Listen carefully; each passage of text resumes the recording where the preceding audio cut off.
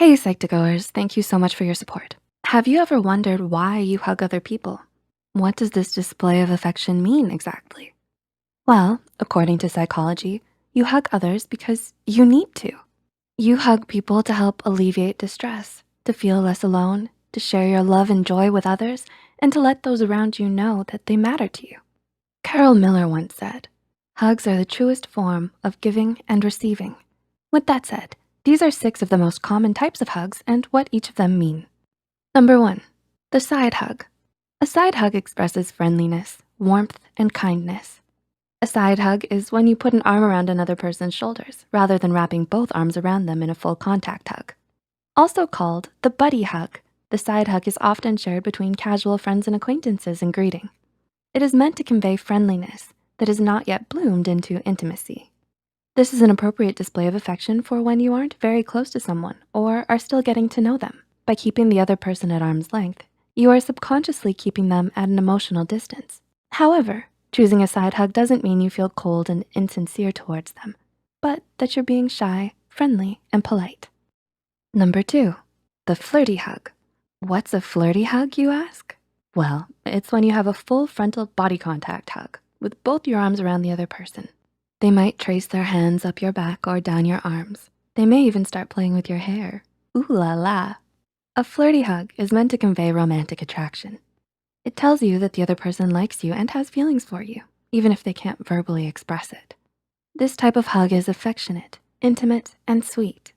It's a definite sign that the other person is attracted to you and wants to be more than just friends. Number 3, the long hug. Did you know that most hugs are brief, lasting only between 5 and 10 seconds? A long hug that lasts at least 20 seconds triggers the release of oxytocin, the love hormone, in your brain. When you get a long hug from a friend, family member, or loved one, it's more comforting, loving, and warm. Whether it's because you haven't seen them in a long while, or you're patching things up after a fight, or you just really miss them. A long hug conveys that you love them and wanna be there for them. Number 4, the romantic hug. Similar to the flirty hug, the romantic hug also conveys feelings of attachment and romantic attraction, but is more so about love rather than desire or passion. While the flirty hug is shared between people you hope to pursue a relationship with, the romantic hug is often shared between couples who've been dating for a while and are more familiar and intimate with each other. A romantic hug is when both people pull each other close by the waist and look deep into each other's eyes, with arms wrapped tight around each other, and their foreheads are pressed together. This pose expresses intimacy, fondness, and familiarity. Number 5, the bear hug. If you've ever had a best friend or rowdy sibling, then you already know what a bear hug is. A bear hug is intended to be playful, lighthearted, and fun. When you're wrapped in a bear hug, it is a full frontal tight embrace that is enveloping and warm. This kind of hug means that you have someone in your life who loves being around you and feels like you're worth protecting. And number 6, the reverse hug. The reverse hug, or the spoon hug, is when someone wraps their arms around you from behind.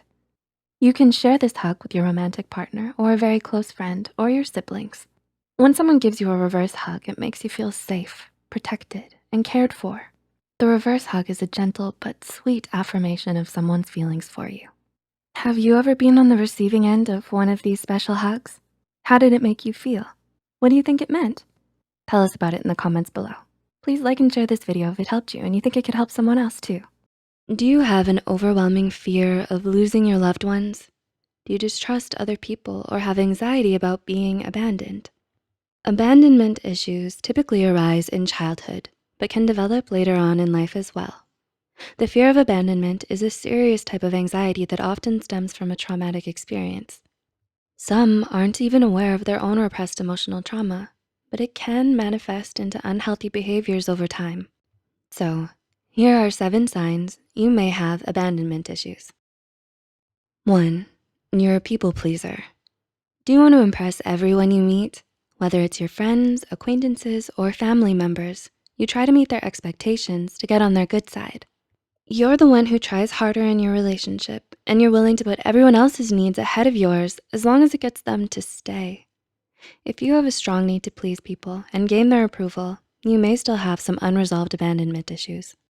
2, you struggle with insecurity.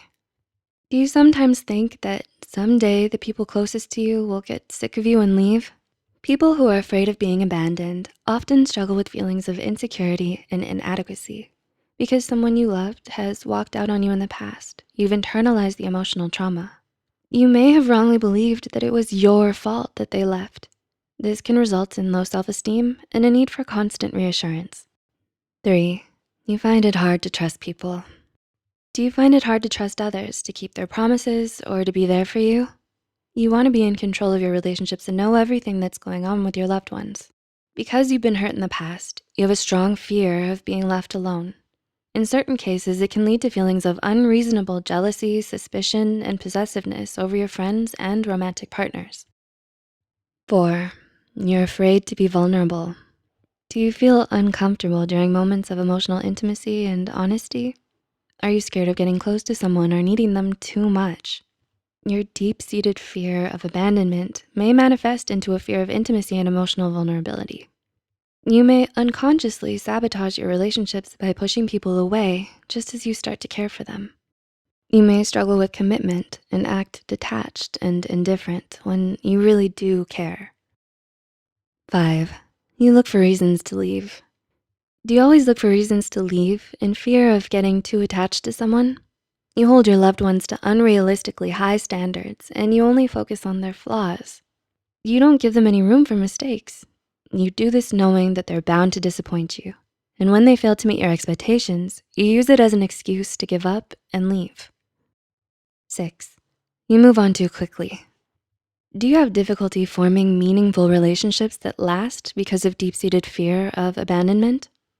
When you cycle through relationships one after another and move on too quickly, you're not allowing yourself the time and space to deal with the emotional fallout.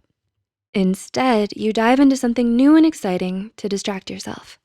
You never wanna be alone because it would force you to confront the personal issues you've been repressing for so long.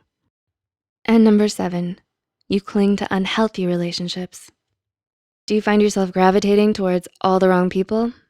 Have you stayed with someone knowing that they're bad for you?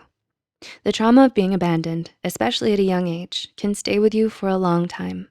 And since we're all hardwired to recreate our early childhood experiences for the comfort and familiarity, your childhood taught you the wrong things about love. It's not uncommon for you to be drawn to people who treat you poorly. Do you relate to any of the signs mentioned here? I know I did.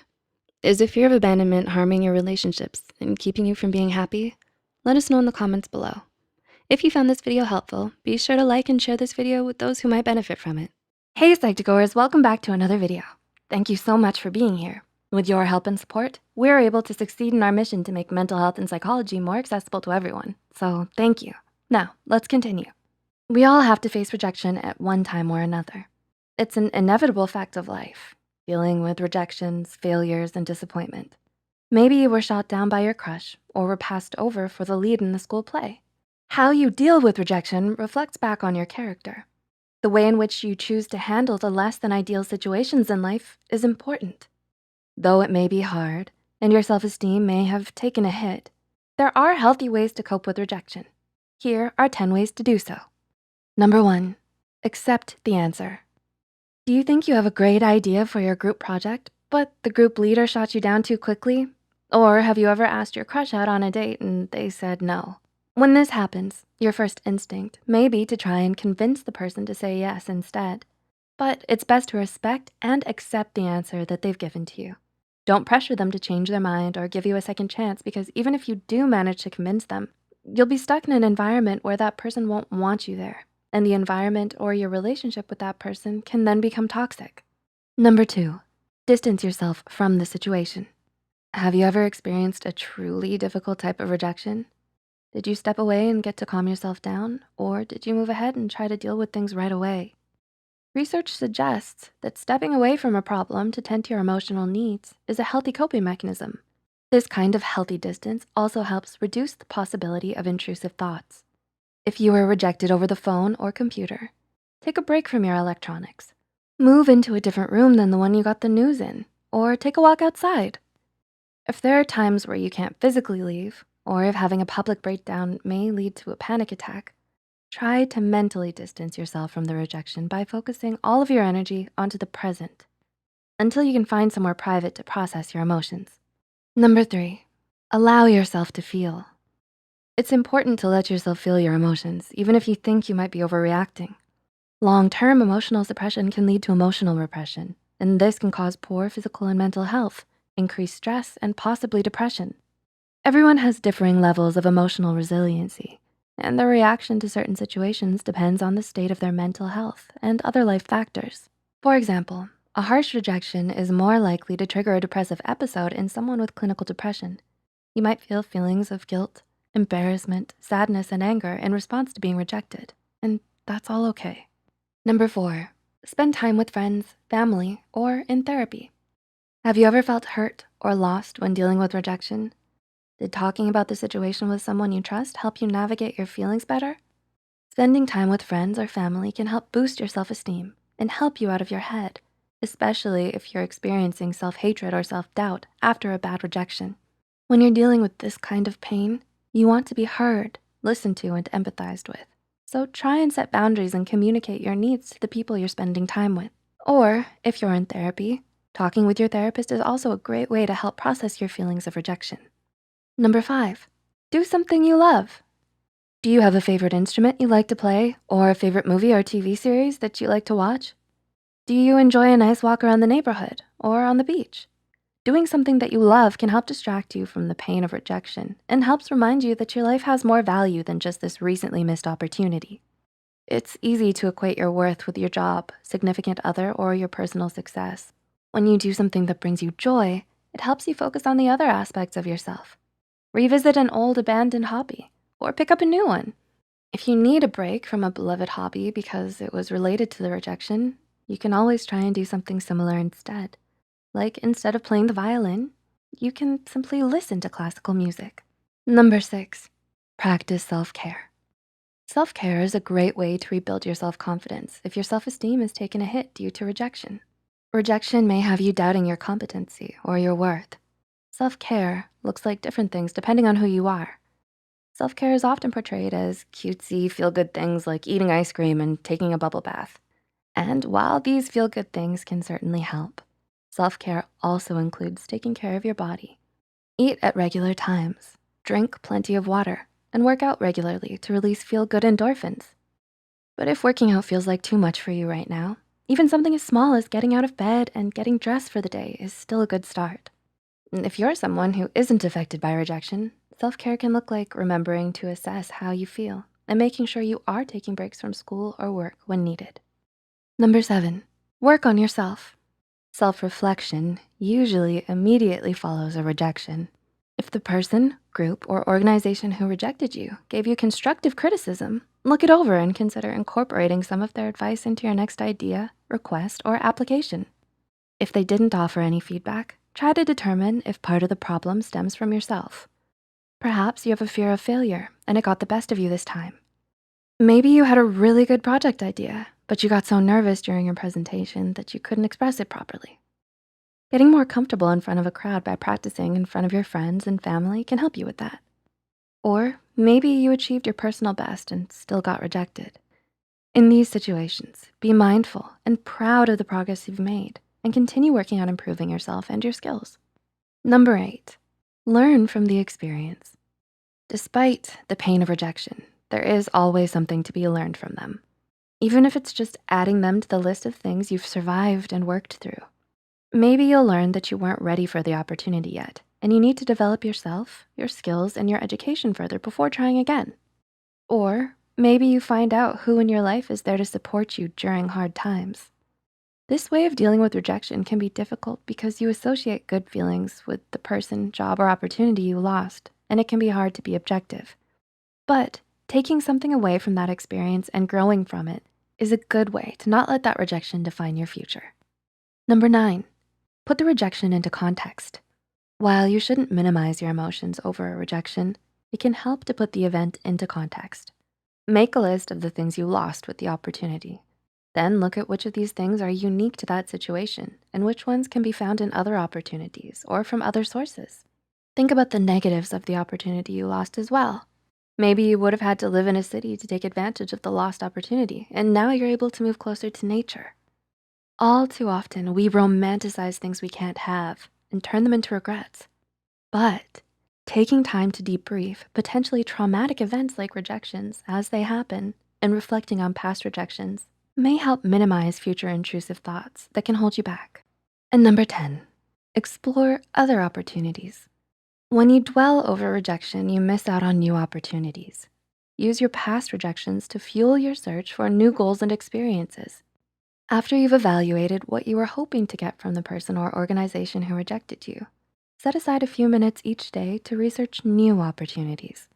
These new ventures may look very different from the ones you missed, and that's okay, as long as your needs are still being met.